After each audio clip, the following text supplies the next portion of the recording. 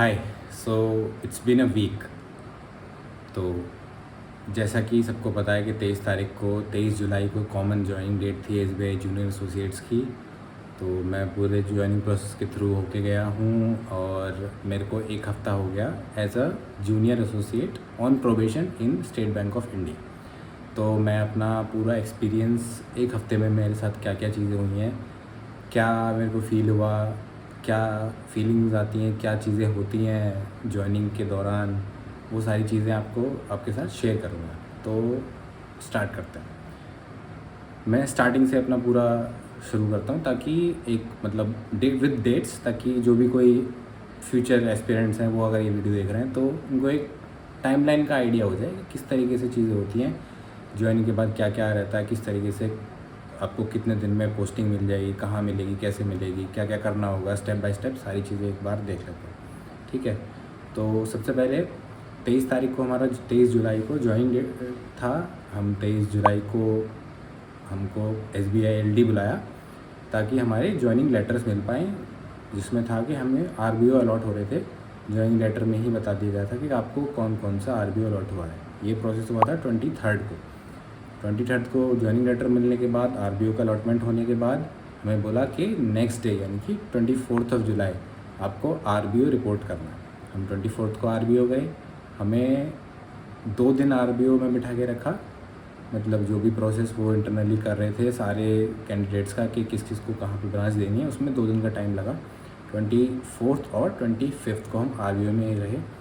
25 को हमें आरबीओ से बता दिया था कि हमें लेटर दे दिया था कि आपको ये पर्टिकुलर ब्रांच अलॉट हुई है।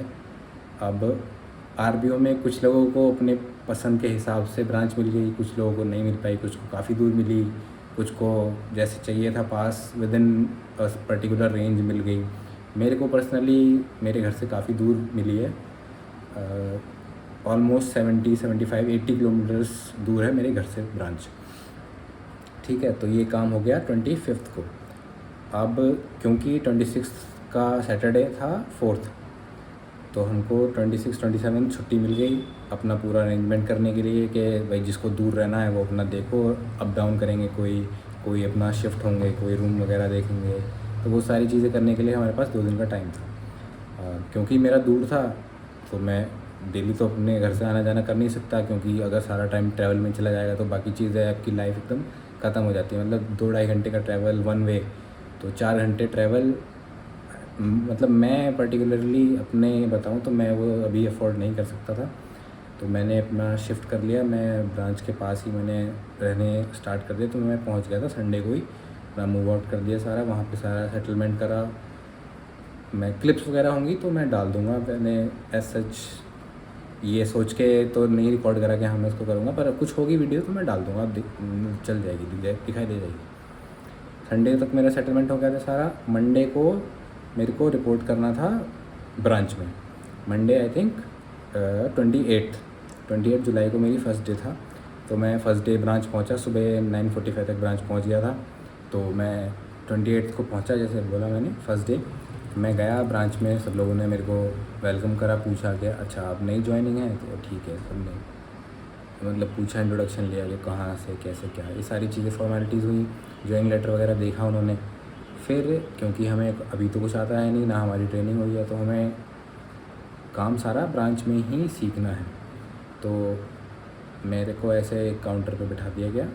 फिर थोड़ी देर बाद मेरे को बोला गया कि भाई जो जो चीज़ें हो रही हैं आप देखो, ऑब्ज़र्व करो, सीखो कैसे क्या हो रहा है। तो पहले दिन इसी सब में निकल गया।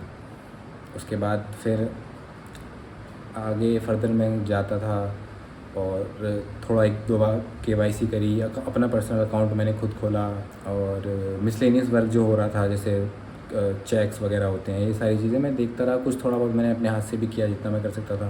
मतलब स्टाफ जो है आपके साथ कोऑपरेट करेगा। मेरे को भी बहुत अच्छे से हेल्प करा उन्होंने कि अब ये चीज़ें बातें हुई कि किस तरीके से क्या क्या चीज़ें आपको ध्यान में रखनी है, क्या करना है क्या नहीं करना है, किस तरीके से बिहेव करना है, सारी चीज़ें बताई। तो मतलब हाँ, स्टाफ काफ़ी अच्छा था, सब लोगों ने मतलब मेरे को अच्छे से ट्रीट किया, सब बढ़िया बताया अभी कि कौन सी चीज़ें किस तरीके से मैनेज होंगी, क्या होगा, ये इस तरीके से करता रहा। फिर मेरे को थोड़ा मेरा केवाईसी वगैरह पे हो गया, हाथ पता चला कि हाँ भाई कैसे कैसे क्या क्या करना है। फिर मेरे को कॉलिंग के लिए भी बोला गया, क्योंकि सच मेरे पास सिस्टम अभी अलॉट नहीं है, क्योंकि हमारी आईडीज़ भी बन के तैयार नहीं हुई, उसमें थोड़ा टाइम लगेगा। तो जो पेंडिंग केवाईसीज़ थे कस्टमर्स के, उनके लिए कॉलिंग के लिए भी बोला कि आप उनको फ़ोन करो, बुलाओ ब्रांच में कि वो अपनी केवाईसी करा लें। ये सारा चीज़ें हुई।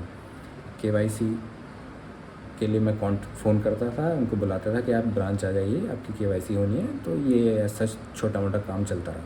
इसी में मैं देखता था, जैसे मंडे को मेरी फर्स्ट डे था, तो मंडे को रश रहता है, क्राउड काफ़ी था ब्रांच में। तो बैंक्स में ब्रांच टू ब्रांच भी डिपेंड करता है, पर यूजुअली क्राउड रहेगा, आपको वर्क प्रेशर रहेगा, थोड़ा बहुत वर्क प्रेशर है, पर ऐसा भी कुछ नहीं है कि कुछ मैनेज नहीं हो पा रहा है। मैनेज हो जाता है, टाइम के साथ आप यूज्ड हो जाओगे तो वो चीज़ें ऑटोमेटिक हो जाएंगी। रही बात लंच की, तो 2 बजे के आसपास लंच होता है, हाफ़ एन आवर का लंच मिलता है। आप उसमें आराम से खाना खाइए, आपको कोई डिस्टर्ब नहीं करेगा।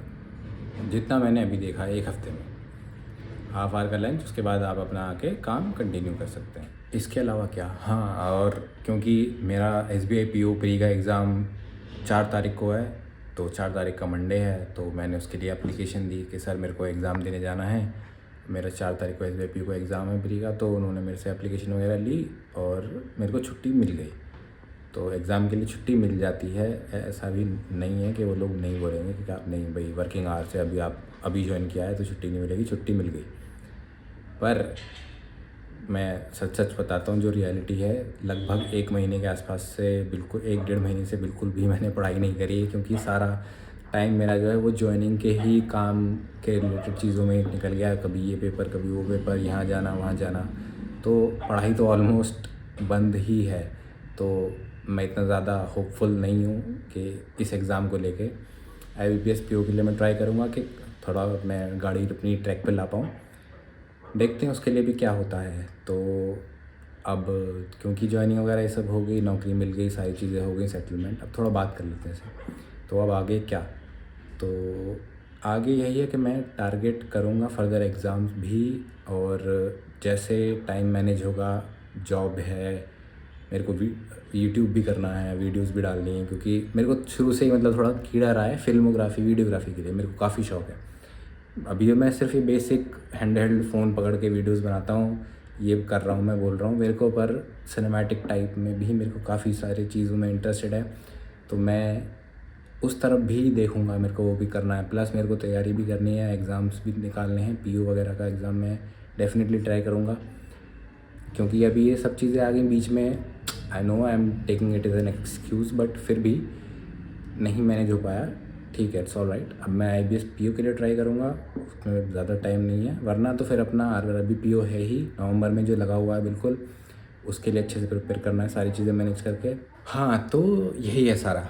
तो मैं ट्राई करूँगा कि एक बार IBPS PO का प्री का एग्ज़ाम हो जाए, 17-20 जब भी वो डेट आ जाएगी उसकी, कुछ दिनों में एडमिट कार्ड आ जाएगा, तो अपना एक शेड्यूल फिक्स हो जाए कि इस दिन आपको ये काम करना है, कंटेंट भी बनाना है, पढ़ाई भी करनी है, जॉब भी देखनी है, बाकी सारी चीज़ें हैं। तो हाँ, यही सब है। तो उस चीज़ के लिए मतलब क्या, सब्सक्राइब कर सकते हो देखने के लिए आप, जर्नी मेरी किस तरीके से मैं कर रहा हूँ, अगर आपको देखनी है तो। ऐसा कोई वो नहीं है, ठीक है। हाँ, बस यही सारी बातें थी, काफ़ी लंबी वीडियो भी हो गई होगी। कंक्लूजन यही है कि जॉब होना अनएम्प्लॉयड होने से बहुत अच्छा है, तो आप मेहनत करते रहिए। अगर आपका इस बार नहीं हो पाया है, तो आगे इन फ्यूचर आप अगर मेहनत करते रहेंगे, अपनी कंसिस्टेंसी देते रहेंगे, आप लगे रहेंगे, तो ज़रूर ही एग्ज़ाम निकलेगा। क्योंकि अभी IBPS क्लर्क का देखो, जैसे नोटिफिकेशन आया, करीब 10,000 वैकेंसीज़ हैं, पैटर्न वगैरह भी चेंज कर दिया है मेंस का उन्होंने, काफ़ी सारी चीज़ें चल रही हैं। तो आप आगे भी पेपर ऐसे लगे हुए हैं, PO का एग्ज़ाम होना है, RRB होना है, अभी RBI असिस्टेंट भी नोटिफिकेशन एक्सपेक्टेड है, LIC AO वगैरह भी आने हैं। तो अपॉर्चुनिटीज़ आती रहेंगी, तैयारी करते रहिए, एक ना एक एग्ज़ाम में सीट आपके लिए रखी हुई है। बस हाँ, इतना ही बोलना था मेरे को, दैट्स इट। बाय, सब्सक्राइब कर लेना आगे वीडियोज़ के लिए। बाय।